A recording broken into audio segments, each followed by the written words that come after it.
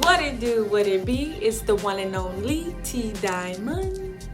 And you are watching First Impressions because the first impression is always the most important. And that's a double entendre for that ass. Alrighty. Today we are getting into the top 10 things that astronauts are afraid of when going into space. Me personally, I would probably say the scariest thing about going into space to me would probably be going into space, if we're being quite honest. But that's just me. I don't know about you, but without further ado, let's get into this video.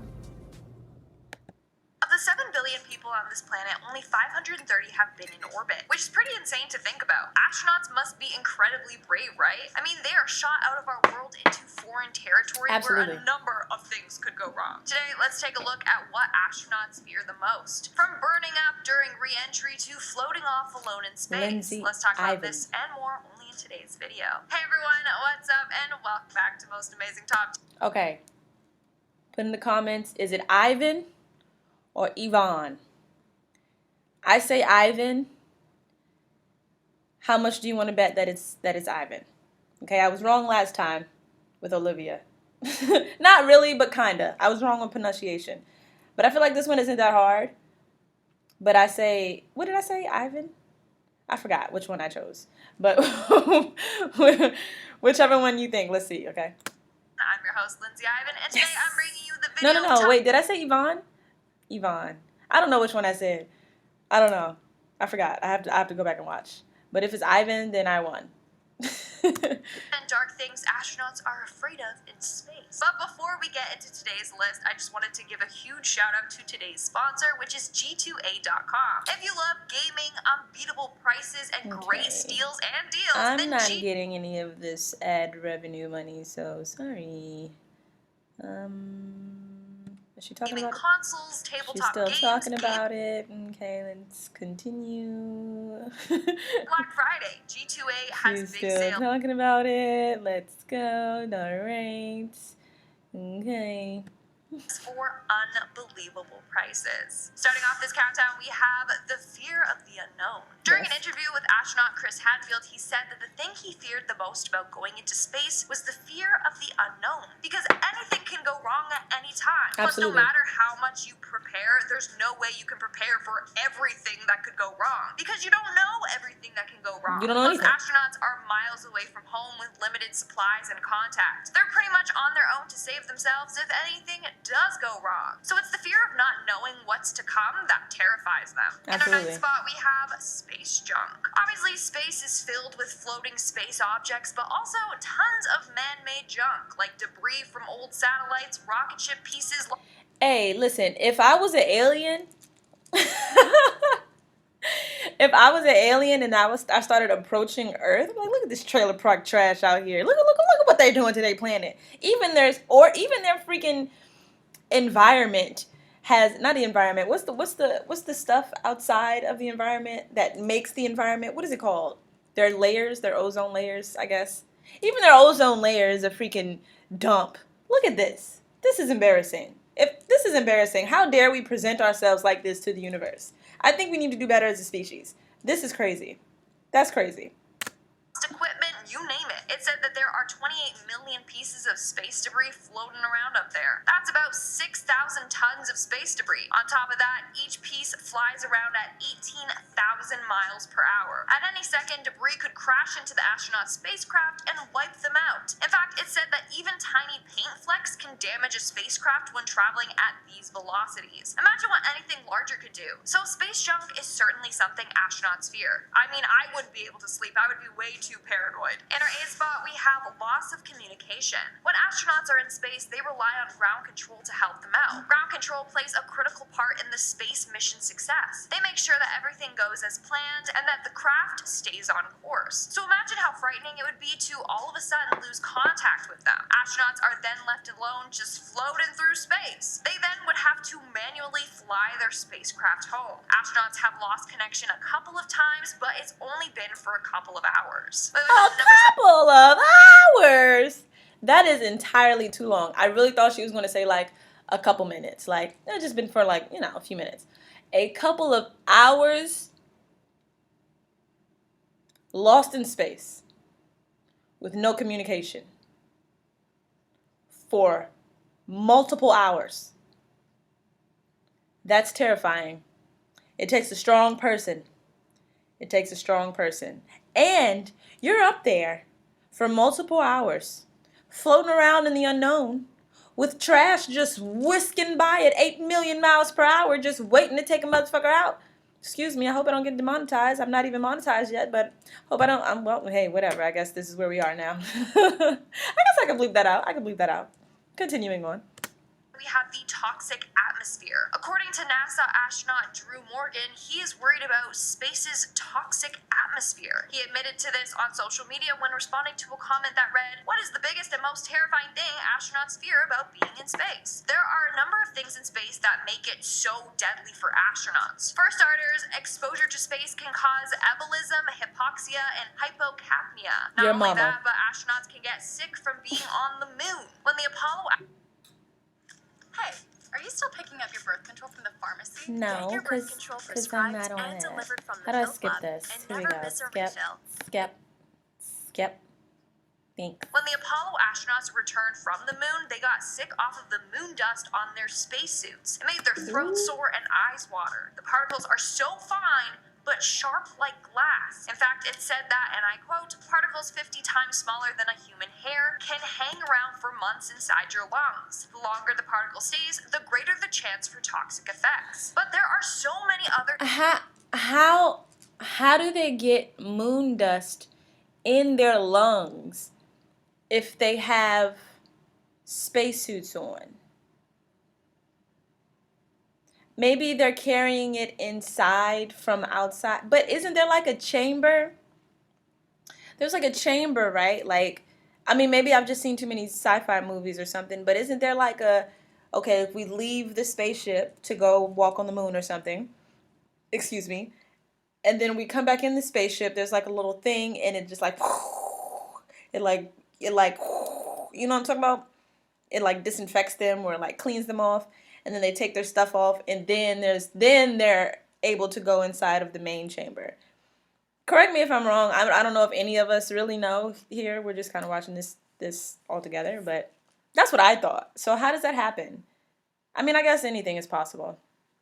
I mean, we are in space, so hey. in space that can have a negative impact on the astronauts, like exposure to UV rays and radiation, which can cause cell mutation. Also, there's no pressure in space. The lower the pressure, the lower a liquid's boiling point is. But since in space there is no pressure, the boiling point can easily drop to an astronaut's body temperature, meaning their blood and other liquids in their body would start to boil. Not a pleasant way to go, that's for sure. In our sixth spot, we have the depressurization. Astronaut Drew Morgan claims that astronauts are also scared of depressurization. He said, and I quote, "There's always the possibility that we could depressurize or that a hole could be punctured by a micrometeoroid or something and we could leak our atmosphere overboard." So let's say that an astronaut was exposed directly to the vacuum of space. Since space doesn't have atmospheric pressure, the astronaut's lungs will expand and... Atmosphere.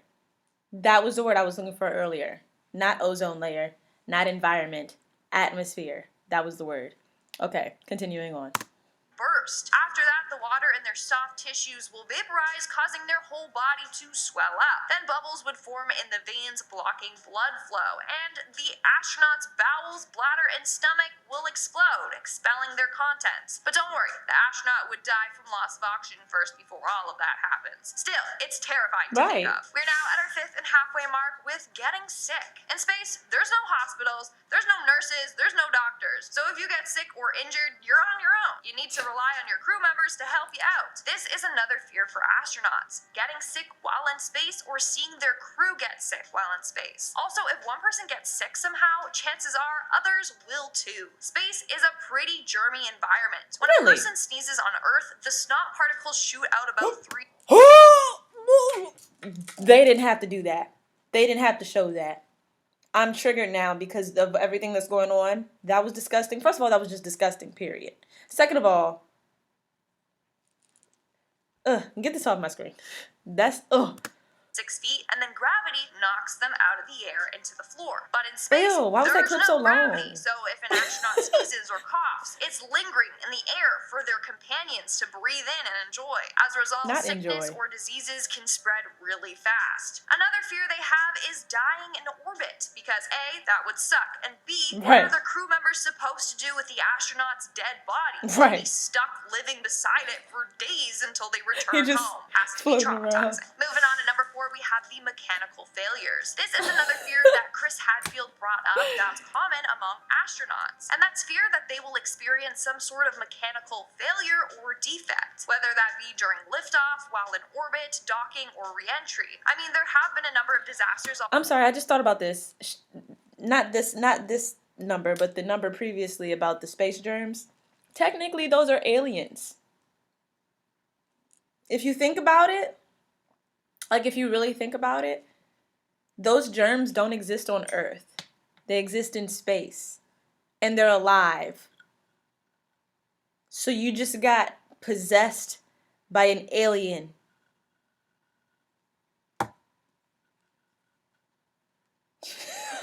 Hey, okay, continuing on.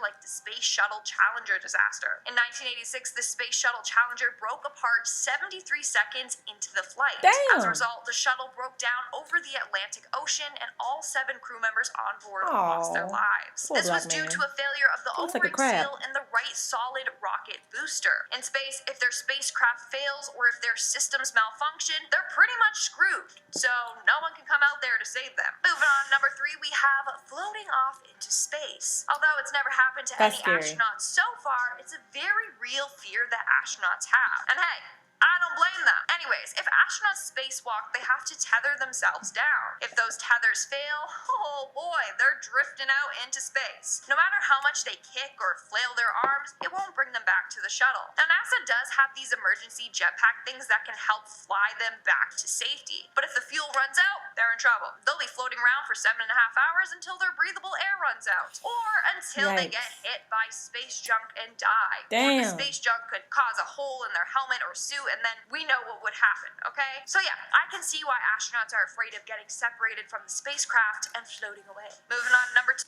Why are we going out there? Why are we going out there? What is out there? We know what's out there. Stars, space dust, trash, moons, alien germs. What else? What else is there to see? I mean, I'm sure there's things that they're not telling us. But what are we really going out there for? For what? To do what? For what? For what? For what? For what and for why? If there's anything out there, let it come to us. Actually, I don't know. Just let everybody just stay where they're supposed to be. Everybody just stay where they're supposed to be, and we'll be fine. They stay over there, we stay over here, everybody's fine. I don't think that it's worth it. At this point, going to space, yes, while in theory sounds amazing, sounds fun.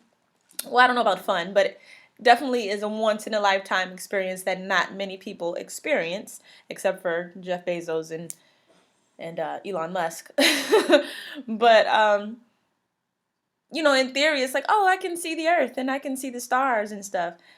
But then at the same time, they probably don't want all of us to go out there because they don't want us to see that there's probably like a hole in the middle of the Earth or something where there's another civilization and maybe the Earth really is flat or something. I don't know. Who knows? Who knows? I don't know. Continuing on. We have the re-entry. So let's say everything goes fine. Takeoff was a success, the crew survived orbiting space and landing on the moon. Now the only thing they have left to do is come back home. You'd think that they would be excited, you know, to be back home, eating normal food and, you know, being where gravity is. Turns out returning home is something that they fear. And that's because they could burn up or get destroyed upon re-entry. This happened in 2003 with the Columbia Space Shuttle. Upon re-entering Earth's atmosphere, the shuttle started to disintegrate. Yikes. Sadly, all 7 crew members on board lost their lives. And now if they do manage to survive re-entry, they gotta worry about landing safely instead of just crashing down full speed into the ground. What is the in our number 1 point? spot today, we have the catastrophe. Honestly, I never even thought about this, but according to Chris Hadfield, some astronauts are afraid of a huge catastrophe occurring on Earth while they're off the planet. Now you might think, hey, that's good. At least you weren't on the planet to Absolutely witness not. it. But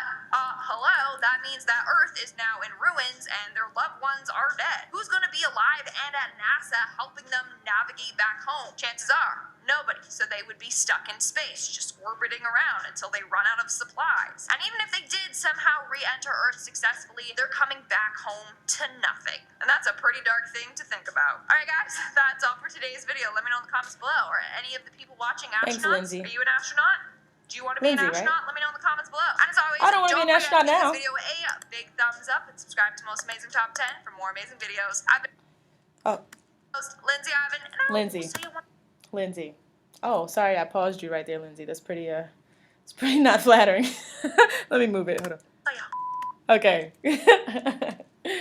Well.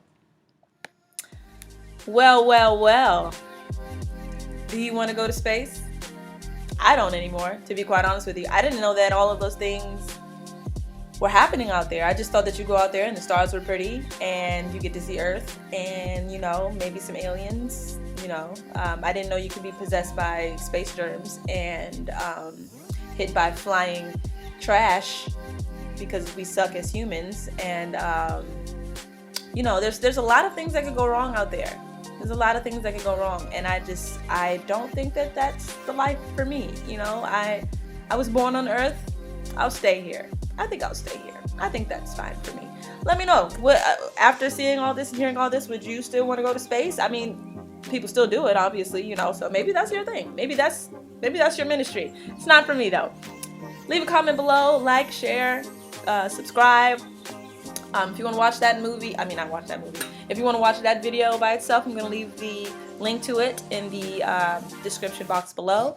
So yes, have a great rest of your day, and I will see you in the next video. Bye-bye.